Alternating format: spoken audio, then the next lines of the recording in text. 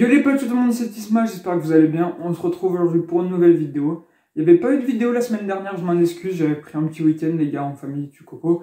Et du coup bah ça y est, c'est reparti pour le rythme habituel. Donc on va commencer avec une vidéo tous les dimanches jusqu'aux prochaines vacances, quand je partirai en vacances. Donc courant mois d'août on y reviendra les gars, dans quelques semaines. On a encore pas mal de petites vidéos avant cela. Et du coup pour cette vidéo, pas mal de petites choses à dire, des officialisations.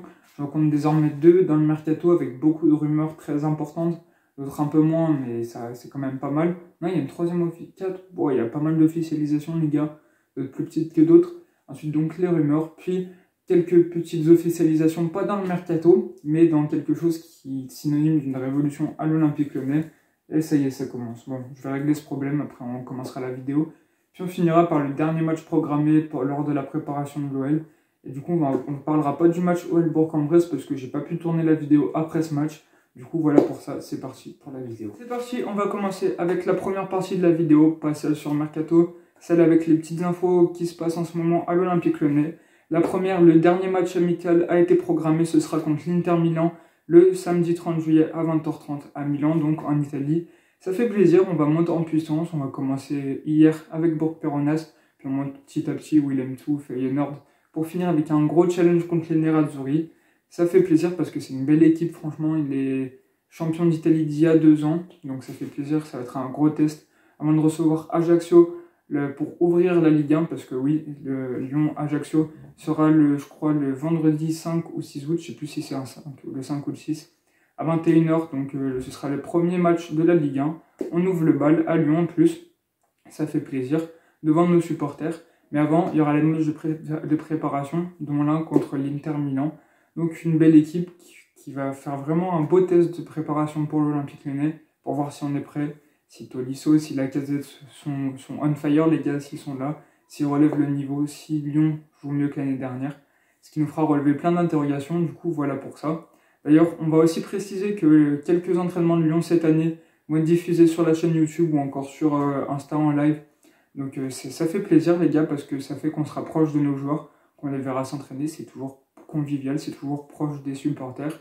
Et donc ça seront des entraînements qui sont aussi ouverts au public, vous pourrez aller les voir au Groupama OL Training Center les gars, donc à Lyon à côté du Groupama Stadium à Dessines précisément. Du coup voilà pour ça, et du coup voilà pour ces 2 petites infos. La troisième sur l'info interne, c'est synonyme d'une révolution à l'Olympique Lyonnais.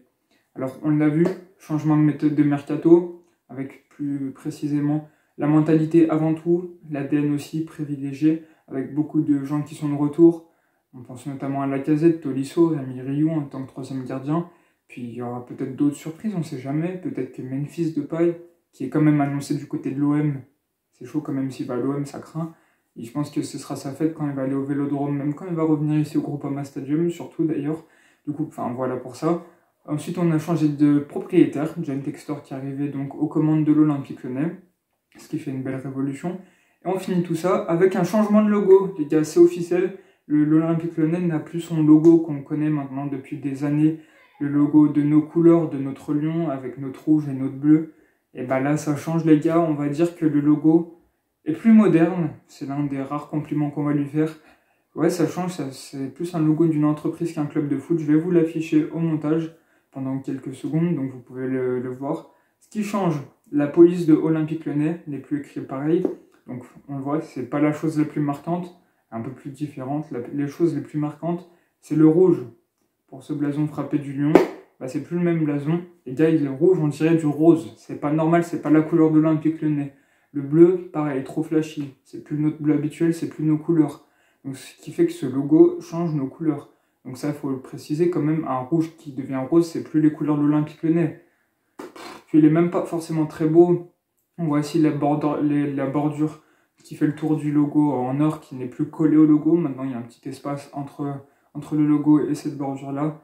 Ça fait plus un logo d'entreprise beaucoup plus moderne, ce qui fait que c'est une révolution. C'est le premier changement de l'ère John Textor que je suis pas d'accord. Je trouve l'ancien logo beaucoup plus beau.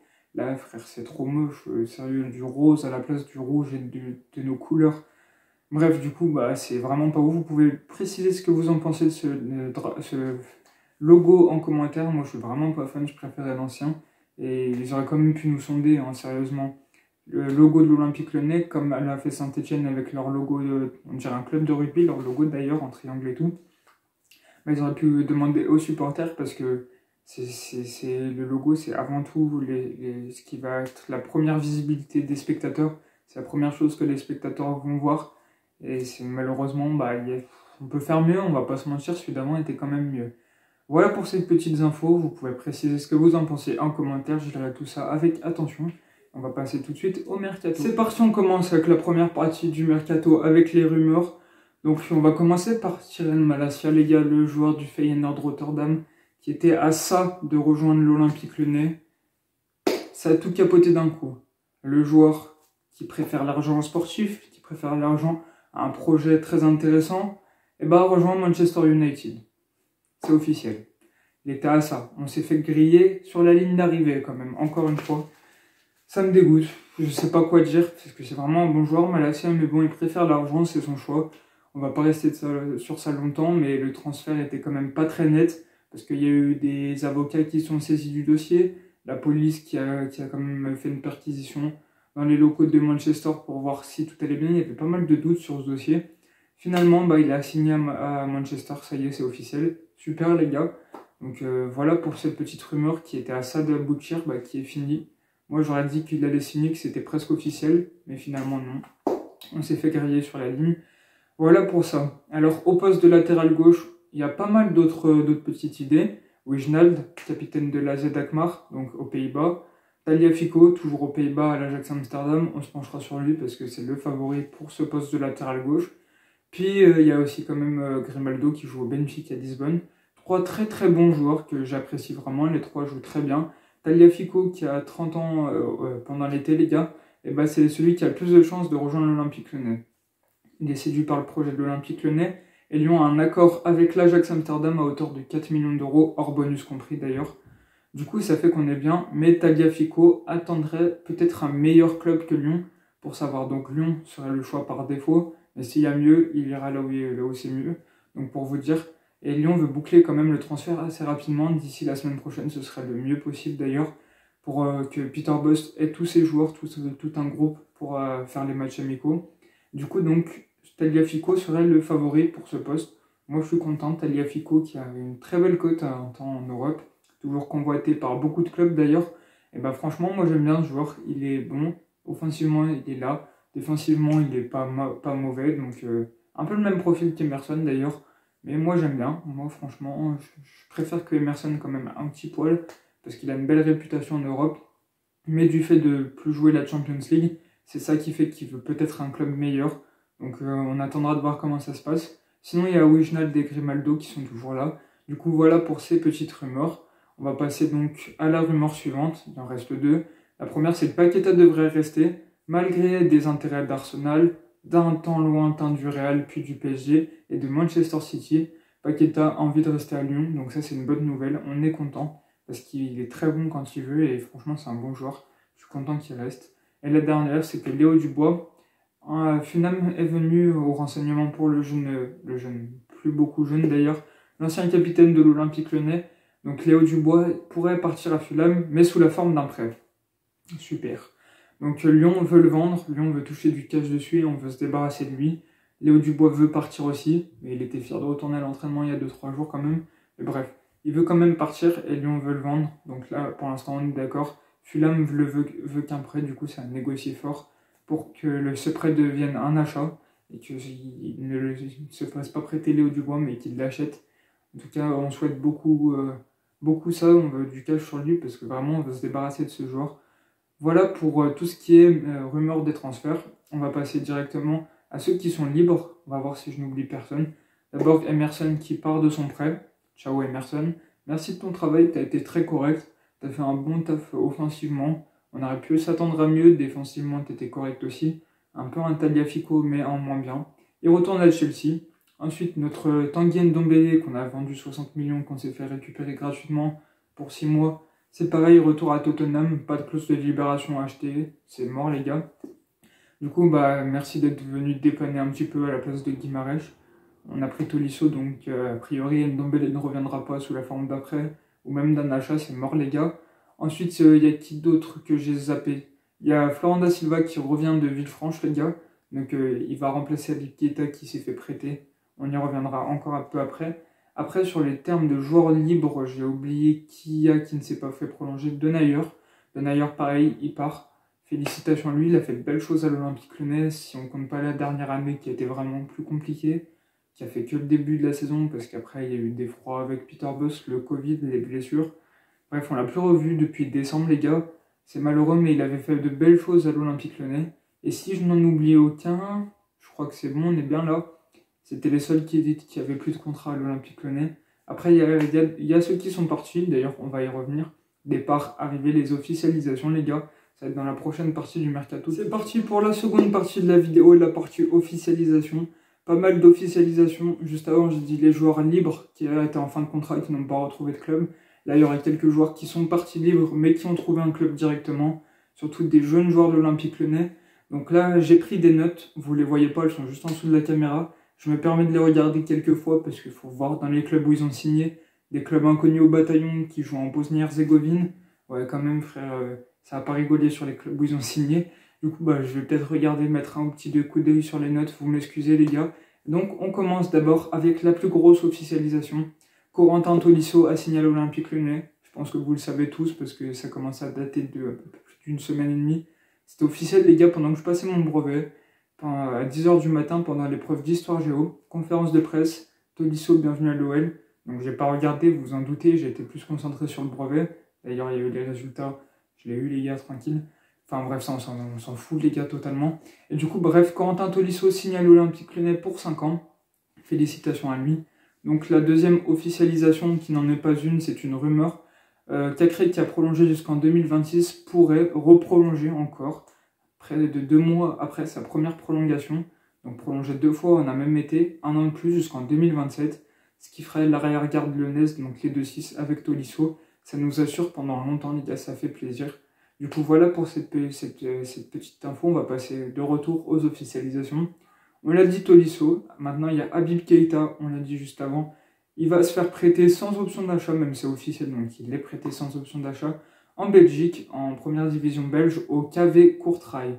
Donc c'est une équipe de première division de Belgique qu'on ne connaît pas vraiment, on est plus habitué au Standard de Liège ou des équipes comme ça, les gars.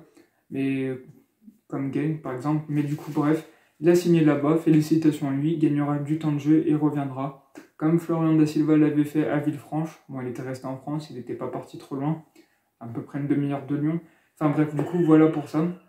Ensuite, Hugo Vogel, le jeune latéral gauche qui est aussi défenseur central de l'Olympique Lyonnais, c'était la fin de son contrat. Donc il a donc signé pour 4 ans au FC Bâle en Suisse. Donc félicitations à lui. Bon début de carrière peut-être, parce qu'il ne s'est jamais vraiment imposé avec l'Olympique Lyonnais. Il avait presque 22 ans, donc c'était un peu tard, il fallait qu'il prenne son envol. Il l'a fait, il part à Bâle, félicitations à lui. Ensuite, un joueur qui est revenu de prêt, cette fois je crois qu'il a jarté. C'est un bon petit flop, d'ailleurs c'est Pape Check Diop. On s'en souvient, il a été recruté, il a fait une mauvaise saison en 2018 ou 2019, je sais plus. Après il a enchaîné prêt sur prêt, et là il va partir à l'Aris FC. Félicitations à lui. Il devait partir aussi, c'est mieux pour sa carrière, parce que l'Olympique Lyonnais ne voulait pas le retenir. Dans tous les cas, il n'allait pas jouer ici. D'ailleurs, en parlant de retour de prêt, pour moi, le plus gros flop du mercato lyonnais depuis que je suis né, les gars, il est de retour à Lyon. Il a fini son prêt, c'est Youssouf Koné. On l'avait acheté pour 5 millions d'euros, je crois, au LOSC. Il n'a jamais su s'imposer à Lyon. C'était vraiment un gros flop, plus nul que Enrique. Ouais, quand même, ouais. Plus nul que beaucoup de joueurs que Lyon a acheté. Franchement, pour moi, c'est le plus gros flop du mercato lyonnais. Donc, il est de retour. On espère qu'il va se faire reprêter ou qu'il va se faire vendre. Parce que moi, je veux pas de lui, les gars. Vous imaginez, c'est lui notre latéral gauche. Bon, il y a Tagliafico et Enrique. Donc, il devrait quand même partir. En tout cas, j'espère. Du coup, voilà pour ça. Ensuite, le frère d'une jeune pépite qui commence à s'imposer à l'Olympique Lyonnais. Bradley Barcola, son petit frère. Non, son grand frère Malcolm Barcola, qui était 4e gardien. Lopez, Polarsbeck, Bonnevie. Et là, donc, Malcolm Barcola. Il va s'en aller, c'est même officiel, il s'en va. Donc il va en Bosnie-Herzégovine, première division de Bosnie. Donc il va quand même assez loin dans un championnat qui a commencé sa saison d'ici la semaine prochaine pour les qualifications en Europa League ou en Conference League, je ne sais plus exactement. Il rejoint donc le Tuzlan City. C'est une équipe de D1 de Bosnie, je connaissais pas du tout les gars. En tout cas, il va là-bas, je sais pas s'il sera premier ou deuxième gardien, je pense premier. Félicitations à lui, ça lui fera bon vent, parce qu'il a jamais pu s'imposer à Lyon, il allait pas s'imposer tant que Lopez était là. Et même Paul Horsbeck était derrière, il y a Rémi Rioux qui est arrivé aussi, donc ça fait beaucoup moins de place. Paul Horsbeck devrait partir, ce qui ferait que la hiérarchie devrait être Lopez, Bonnevie, Rioux. Et quatrième gardien potentiellement, donc qui jouerait avec la réserve, sera Mathieu Patouillet qui a gagné la Gambardella. Très fort ce gardien, futur grand de l'Olympique Lyonnais, j'en suis persuadé. Du coup voilà pour cette petite officialisation. Et la dernière, dans le sens des arrivées. On se souvient tous que la même année que Guimarães est arrivé, un autre jeune brésilien, Camilo, est arrivé. Bah là c'est un peu pareil. C'est un joueur marocain, une pépite marocaine, qui s'appelle Achraf Laziri. Il rejoint l'Olympique Lyonnais. Il avait fait un essai très concluant. Lyon était franchement étonné de ses capacités. Et donc Lyon le recrutait jusqu'en 2026. C'est un latéral gauche. Il paraît qu'il est très fort. Il devrait jouer en N2 par contre avec la réserve comme Camilo. C'est un peu le même profil. Donc il rejoint Lyon pour à peu près 1 million d'euros en provenance du Rabat. Donc un club marocain je crois. Du coup bah voilà pour ce qui était des officialisations. On a fait le tour.